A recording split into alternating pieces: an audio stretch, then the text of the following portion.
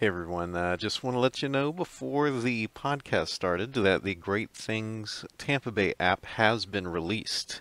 So go on your mobile device, just go to your app store and look up Great Things Tampa Bay, and it should show up there. If you have trouble finding it, there will be a link in the show notes. You can also go to greatthingstv.com/app. That's greatthingstv.com/app.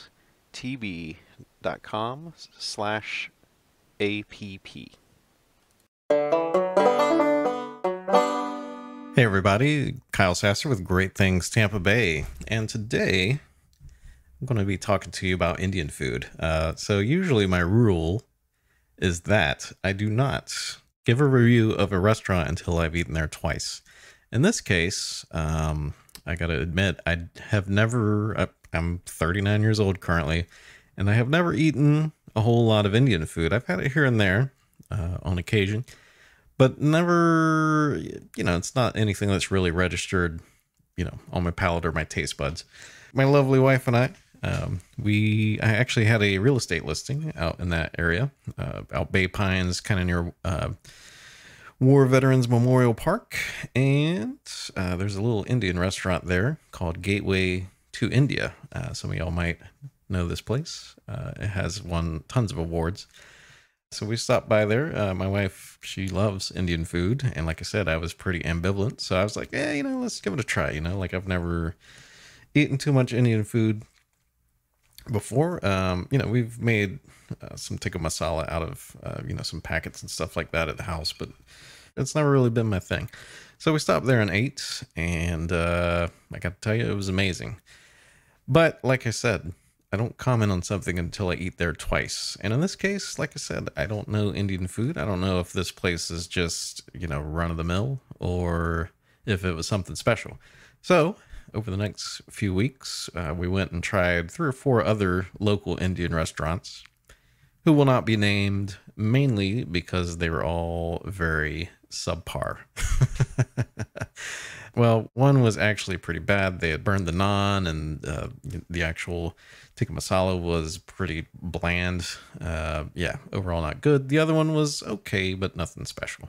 So all that to say, I actually had to go familiarize myself with this cuisine at other locations around the Tampa Bay area.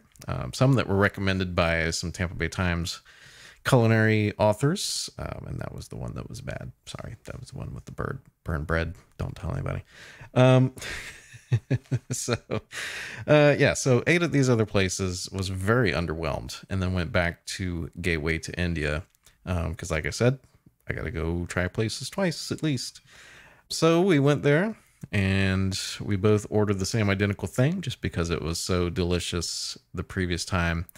And it held up, maybe even more so.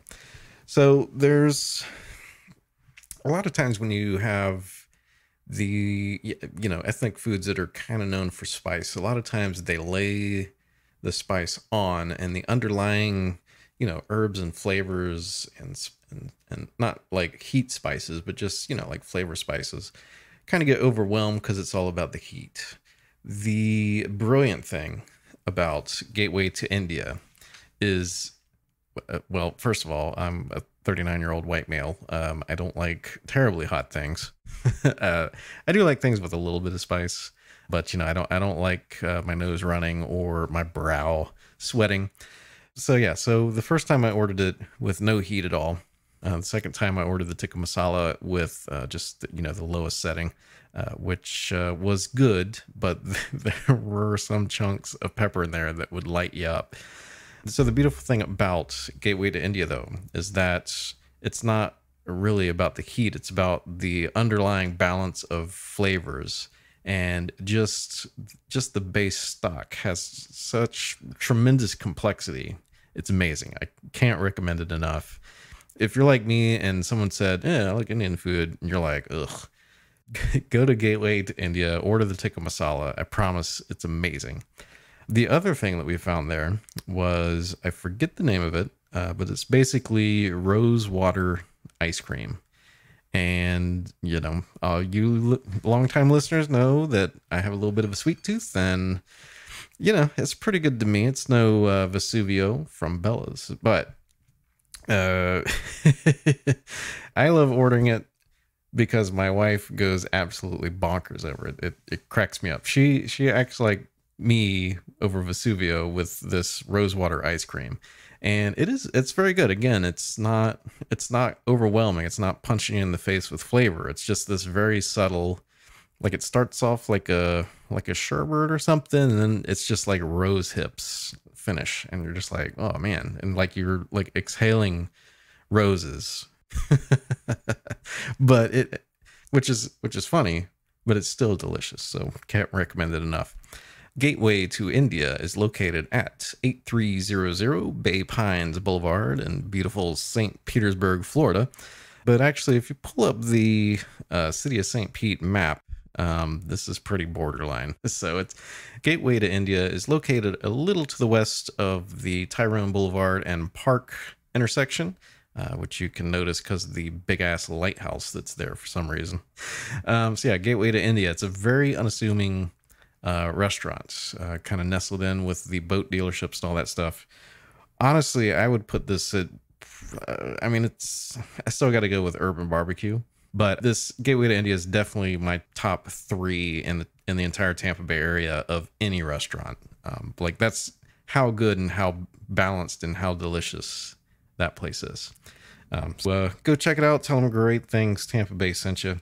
When you go in, it's an absolutely amazingly beautiful place. They have all the intricate carvings and the wood panels, the very colorful like silks and stuff on the ceiling. They have a little bar there, and they also do a buffet if you're around that area for lunch. And yeah, can't say enough good things about the place.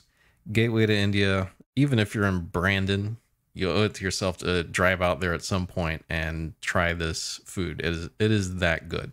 So if you disagree, keep it to yourself, or feel free to send me an email. I always like arguing on the internet.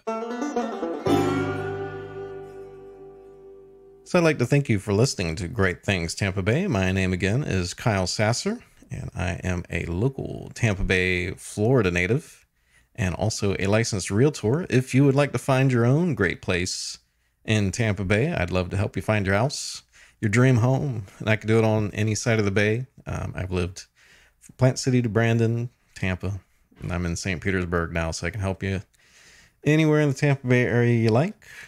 We also have a Great Things Tampa Bay app, so you can find that on the mobile store of your choice, either Google Play or Apple iOS. And finally, we're doing some live events out and about. If you'd like to get out and meet some new folks, some friendly people, if you'd like to see my bright and smiling face, please do come out. We're going to be doing some canoe trips. Let's see, what else is there? I don't know. Canoe trips is all I have planned right now. I'm sorry. We're probably going to be doing dining experiences out and about at some of the great restaurants I've talked about as well. I thought that'd be a nice fun way to interact with you and get to meet you face to face. I get to shake your hand, and you can tell me all the things that you like or don't like about the show to my face.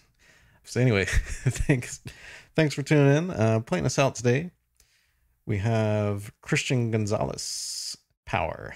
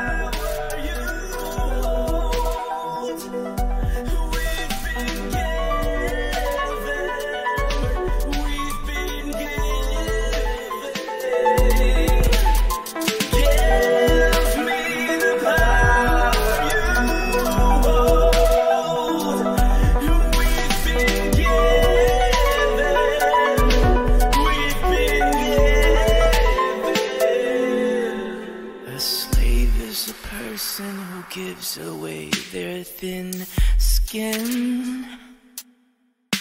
They point and point their fingers, but it's all on them. He masters a person that imposes his will upon them. It's a mutual existence, and acceptance is hell.